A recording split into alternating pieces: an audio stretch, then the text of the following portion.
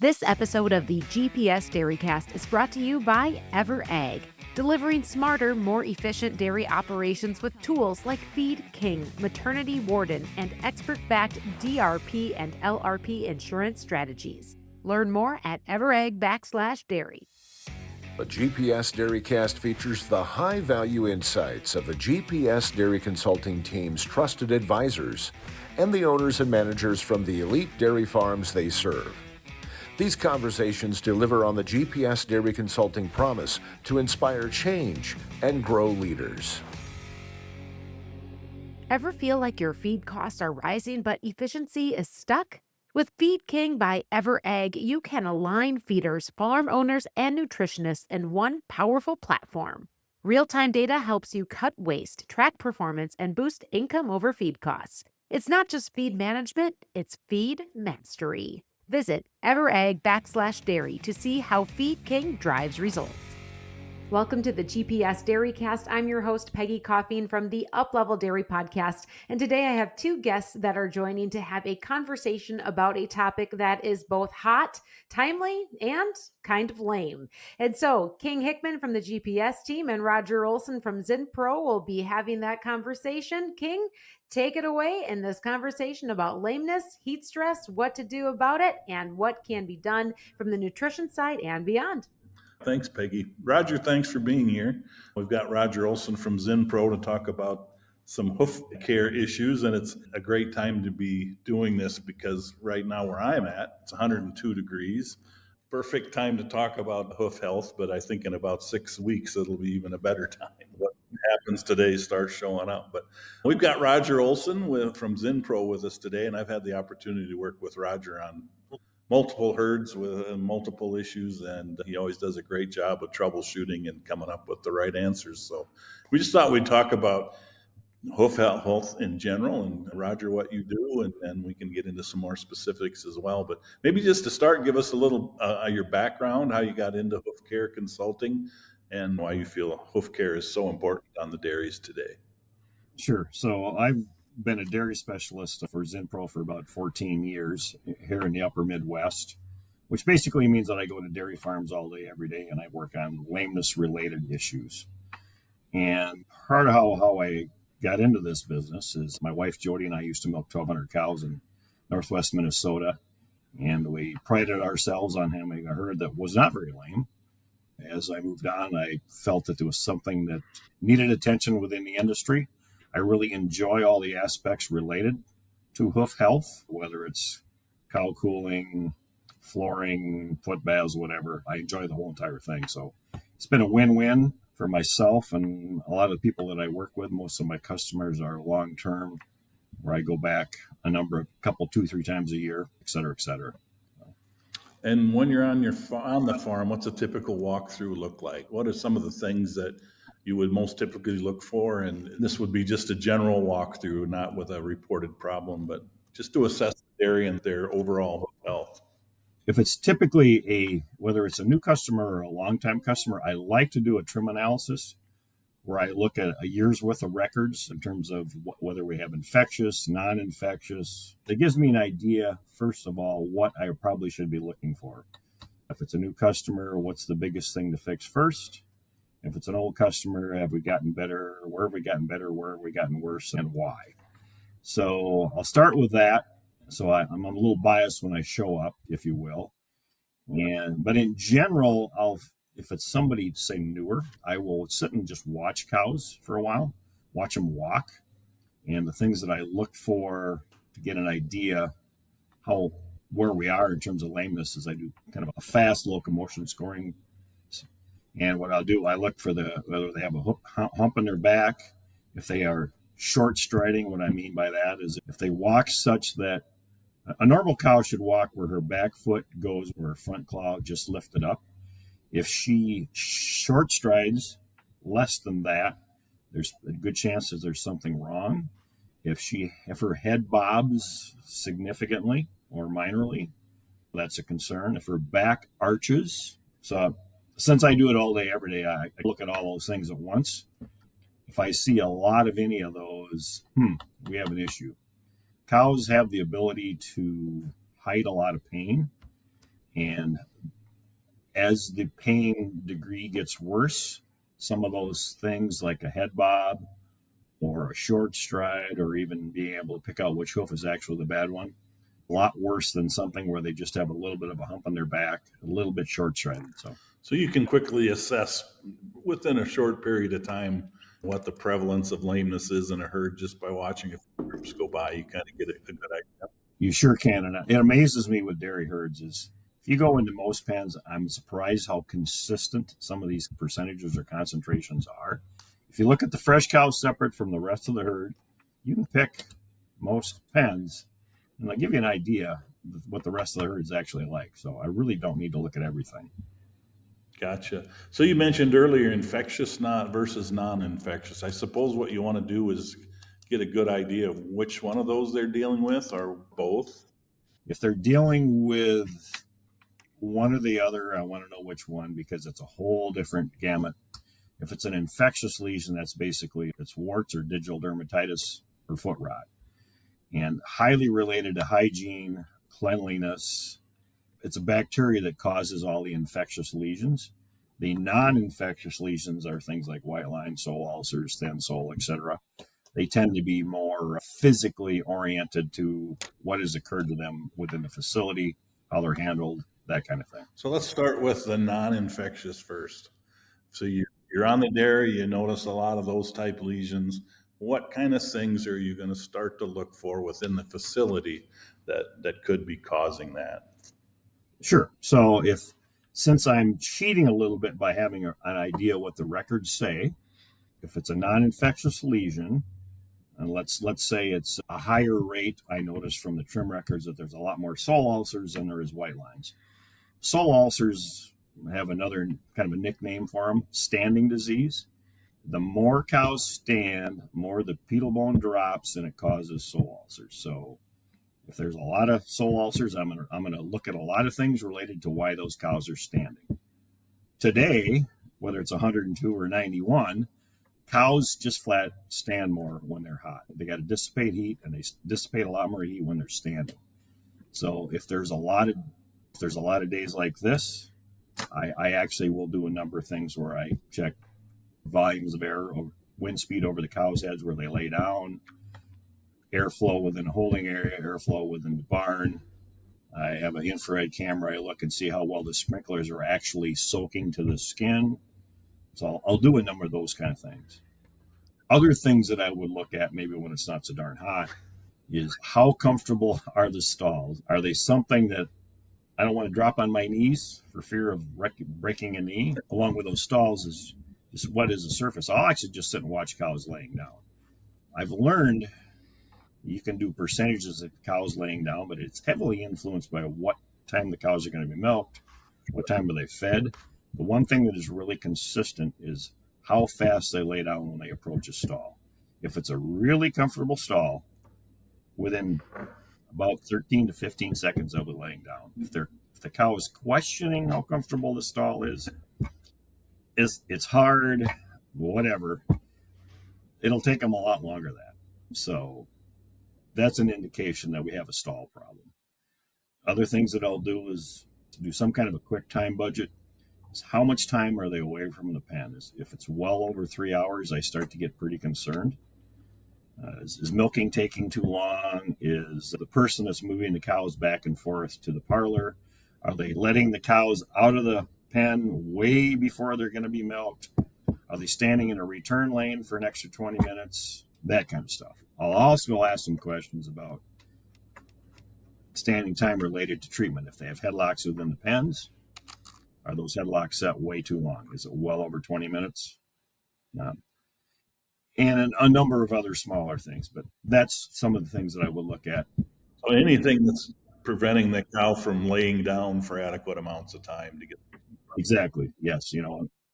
Yes. And in the ideal world, we would like at least 12 hours of lying time. And there are a number of herds that actually do accomplish that. It gets harder though. As we milk more cows, we overcrowd. There's more cows in the pen. It takes a little longer to milk each pen. All that stuff has a pretty big influence. And it's a big deal. Calving season never sleeps, and neither does Maternity Warden. This 24/7 AI powered monitoring system from EverEgg alerts you the moment a cow shows signs of labor. Get ahead of complications, reduce stillbirths, and keep your calves safe and healthy. Because being there, even when you can't, makes all the difference. Learn more at everegg.com/dairy. So what if you're seeing other types of non-infectious lesions, white lines, those type things? Yeah, sure. So if it's a significant white line issue, white line issues are highly related to what the floor actually is and how the cattle are handled. If somebody is really aggressive at handling cattle, so the cattle are doing the quick shifting around all the time, that's just an invitation to rip the white line or have a do like a concussion where that foot slips into a curb, a post, another cow's foot, whatever. So eliminating the rough handling is definitely a concern. And then the floor itself, as we have aging facilities, we have many herds where we've added on to many times, and they're 20-year-old concrete. There's corners that the cream on the concrete has popped up. We have aggregates sticking up, and they happen to be right where they turn because that's where the concrete falls apart the most. And if a cow happens to have her hoof on a rough piece of concrete and as she turns, it's very easy to rip the white line open because it's the weakest part of the foot. So I look around for rough concrete and rough concrete that's very, very abrasive or really slippery concrete. And if it's a manure solids herds, the slipping thing is a real issue. It's a very big concern. When the cows are doing this all the time, you can also get what I would call like a concussion from the pedal bone inside of the claw. Most of the inside of the claw is one big bone called the pedal bone. And if she's always doing this, she has lots of concussions every day. And that can tend to cause them to have something like a white line also. Very good. Any quick fixes for those type things? There's some situations, some areas of the dairy that it absolutely makes sense to put rubber down. Probably in the parlor where the cows stand, especially if it's a parallel where they're doing a 90. The entrance to the parlor, the front part of the holding area at least, because that concrete gets rough. Cows are negotiating to get into the parlor. If it's a rotary parlor, the exit of parlor, that is absolutely positively the most important place to put a piece of rubber because they're coming out and they're doing a whole 360-degree turn. If you have return lanes that are rough and they are well over 2% slope going downhill, where the white lines occur in the back are a lot more exposed when they're kind of walking on their heels, if you will, walking downhill. That's a place that I would tend to want to do rubber, but it's got to be a really good grade of rubber because it can also get very slippery on a downhill slope. In breezeways, possibly, if it's a real long walk. I really am not a big fan of rubber in, say, within the freestall pen. We want them to go lay down in a really comfortable stall. We don't want them standing on rubber all day, if at all possible. So in addition to rubber in some of those key spots, some of these areas where the aggregate is exposed on some older concrete or concrete that didn't have enough time to cure, just flat out planing these rough spots off helps. But you do need to have somebody that has some experience with doing that. So you don't want to completely plane the concrete completely flat. You want to take a portion of these rocks, the tops of the rocks off. So we have flat rocks, if that makes any sense. So there's a little bit of art to that kind of thing. And there's other areas where there's gold slats in the center of the barn where the manure dumps get dumped into. They tend to the slots get too wide and they get kind of rounded. Sometimes you just got to replace them. So it really varies a lot. And that's actually part of why I really enjoy what I do. It's kind of fun figuring all that kind of stuff out. So. And of course, with the ulcers, it's cow cooling, right? Cow comfort, that's. So skipping forward now to the infectious lesions. What would you say is the prevalence of, and I think mostly that's going to be digital dermatitis, hairy foot warts, whatever you want to call it. What do you think the prevalence of that is out there, in all honesty? The herds that I've dealt with for a long time, most of them probably average a little under 10%, and a number of them are 4-ish. When I go to new locations and I look at other data that's published, it's pretty easy to be 25%. I see a lot of that. Very, very common. And that one thing about DD and even foot rot, it's one of the quickest lesions we can actually fix because it's an infectious lesion. So that's the good side of it. Part of the issue is dairymen have become so accustomed to it, they don't even realize that it's a problem. They become barn blind, if you will. So it would honestly would be the most common lesion. I think if you looked at a large population of dairy cows, it would definitely be the most common lesion there is still today, even though it's fairly preventable, in my opinion. What are some preventive measures to guard against getting that? So the cleaner you can have the hooves, the better off we'll be, because one thing about warts is they are an anaerobic bacteria. They do not like to grow in the presence of oxygen. And one thing is if you have really dirty feet, a lot of manure cast, this manure cast makes for a very anaerobic situation, especially right in the back of the hooves, right here. That gets very cast over, and it makes it a lot easier for those bacteria to have an anaerobic area to live. This would probably surprise some people, but some situations like slats or alley scrapers where the cow may look quite clean, quite frankly, because the nerve scraped away or it goes away down the slats, they tend to be an issue. The alley scraper, because every 2 hours or whatever it is, when the sled goes by, she dunks her foot in the manure and it dries a layer on. And then 2 hours later, the same thing happens. The rest of the cow is really clean, but the area right here is not. Slats really don't have that problem, but the thing that slats cause is the manure is a lot stickier because most of the urine and the moisture goes away. And when cattle walk on the slats, or especially when they back out of the stall, there's always a windrow of kind of not dry manure, but the moisture is drained away from that manure in the back of the stall. They step on that, and it's extra sticky. And honestly, some of the worst cases I've seen of DD are actually in slatted barns. Doesn't mean you can't manage it. Now, there are herds that have both of those systems, and they do very well, but it's a lot bigger challenge.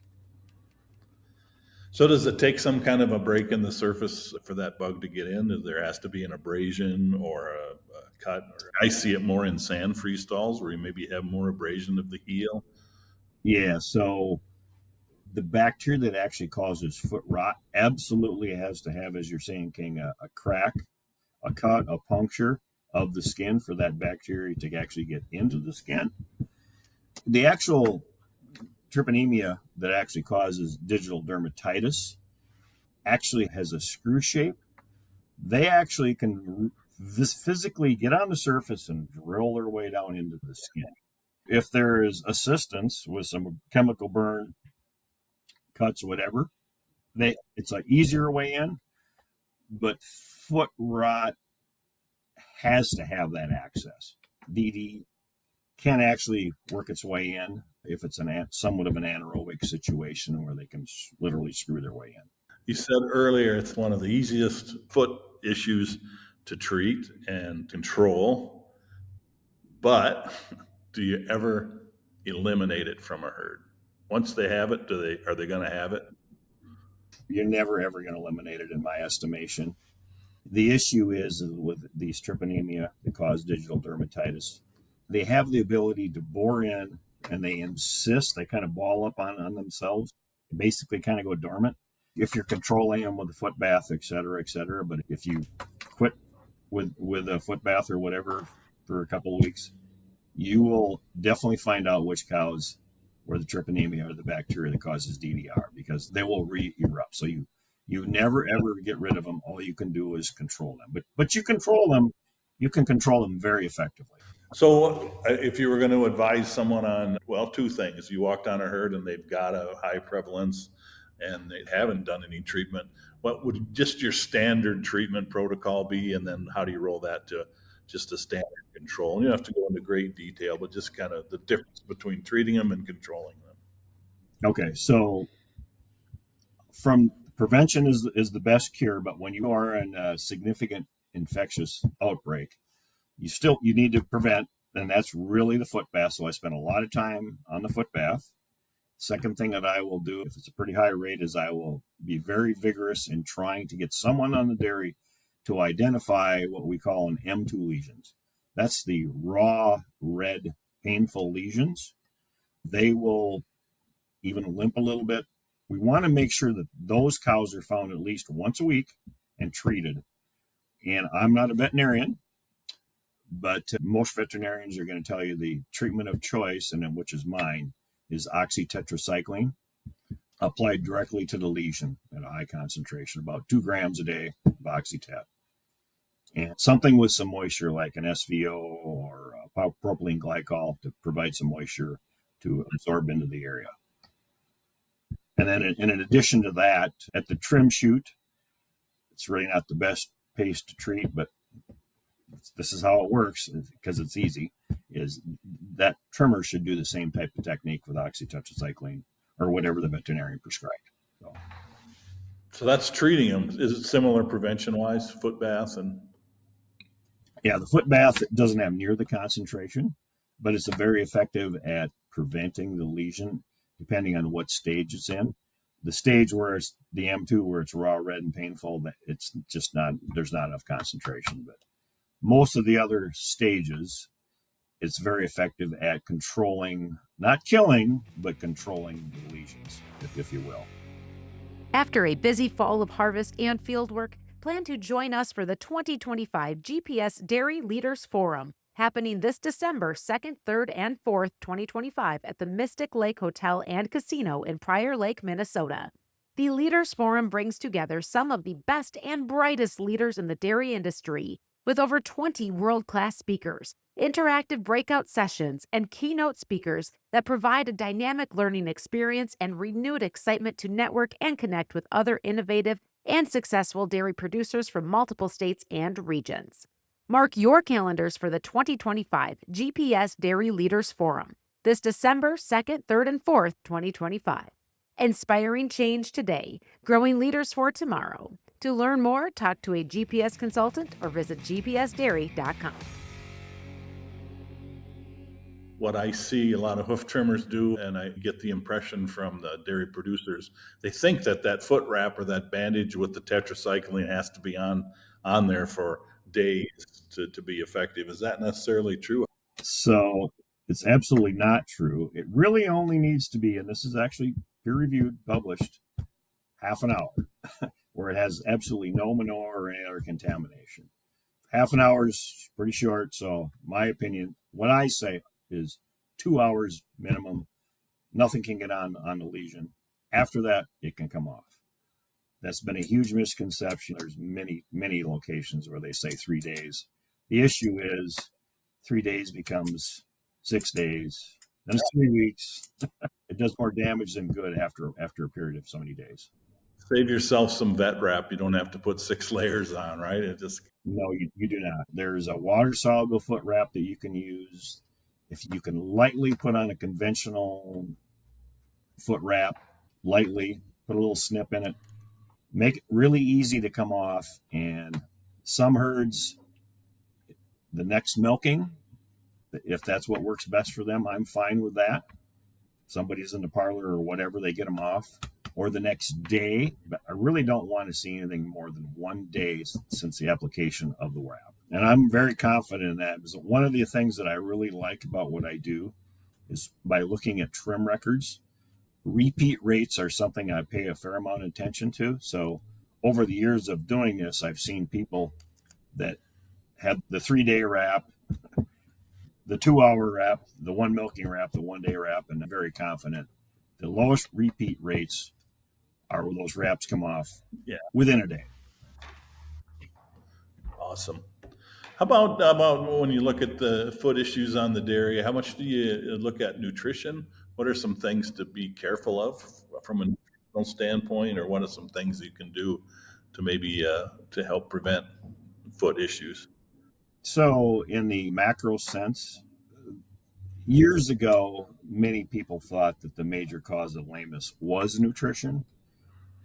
And maybe where there was some of that truth, where we don't have the quality of nutrition services provided today. by yourself and GPS and others, where they really cranked the grain and they really had major acidosis. In 14 years of doing this, I've really only seen 2 herds that I've actually been to where I was very confident it was a major acidosis issue, and it was a pretty big screw up on somebody's part. So I think acidosis, I'm not a purist. I think it happens to some degree, but I don't think it's not the big bailiwick at all. Yeah, not to the point of where you have a really severe laminitis. I think there's sometimes you can get some of those paintbrush hemorrhages and things if they've had a short insult, but yeah. Yeah, when we have a major forage change or some things like that, you will see some minor hemorrhaging, some minor reddishness, kind of where the sole ulcers occur. And the more we can do to have good quality forage, have good transitions, the better. The whole industry has definitely gotten better at that, but that's definitely something that we've gotten better, and we need to continue to get even better at. I will say the immunity of the cow is a big deal with nutrition, and especially with a lot of these lesions. We want a good, strong immune system. We want good quality skin, and hoof is a specialized skin source. So the trace minerals are a big part of that. Obviously, I work for Zinpro. We sell trace minerals that are well documented. That's why I work for Zinpro. We have like 300 and some peer-reviewed trials. It says the stuff actually works. What I like about what I do is the high-rate Zinpro products. I can see it. Literally, they shine more. These lesions are cut by a third or a little better. So that's not why I'm here today, but it does have a significant effect. So. Yeah, I think those rapid feed changes, anything that can cause an insult to the rumen or anywhere else can sure lead to some issues. But anything you can do feed-wise for the interdigital dermatitis or foot rot, or make sure you provide have a good balanced diet, especially vitamin-wise and trace mineral-wise. Again, I'm not really here to talk just about Zinpro, but if you're feeding heifers, you can actually feed a trace mineral package that has really high zinc, manganese, copper, cobalt, and for the most part, control lesions. It's especially good at preventing them from ever getting it in the first place. It will somewhat control the ones that are there. If you are in a major outbreak, though, you need to do more than that, and you can only do that type of a program with non-lactating animals. They contain a lot of iodine. Iodine is very soluble.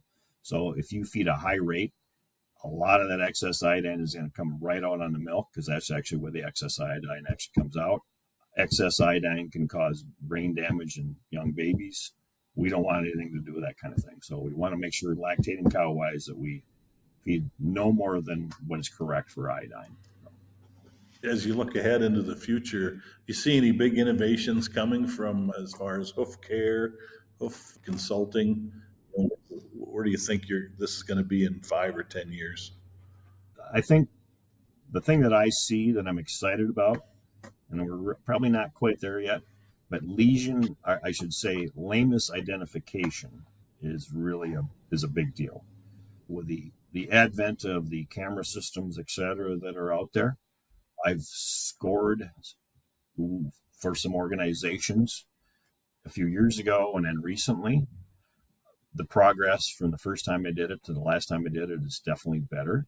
We have a ways to go, but I think that lameness identification is going to be something that we will become a lot more practical, be a lot more accurate, and it will have a huge benefit, because if we can catch an animal that has a small lesion that we can just trim out, and she probably hasn't lost milk production, or repro is still not really affected, that's going to be a lot of money that we're going to net by not having lost repro, lost production, and even a few dead cows. So if we can catch them early, effectively, with that type of a system, and then along with that, having a really good sort gate system of some sort, where they are identified and we can get them into a pen where the trimmer can go work on them that very next morning, that to me is going to be a really big deal. We need to get in that direction. Early detection, early intervention. Get it?